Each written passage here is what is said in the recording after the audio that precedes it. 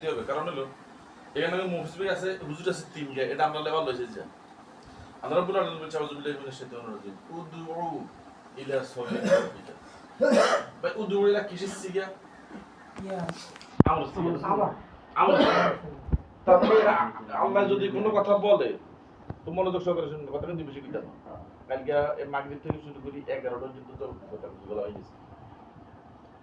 আল্লাহ যদি কোনো কথা বলে এটাকে সুন্নত হয় না ফরজ হয় না ওয়াজিব হয় না নফল হয় কিরকম ফরজ হয়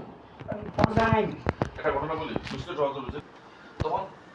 ফেরেশতারা আল্লাহ রাসূলকে বলতেছিল আপনার উম্মতেরা যদি অসুস্থ তারা চিকিৎসা করবে আপনাদের উম্মতেরা যদি অসুস্থ কি করবে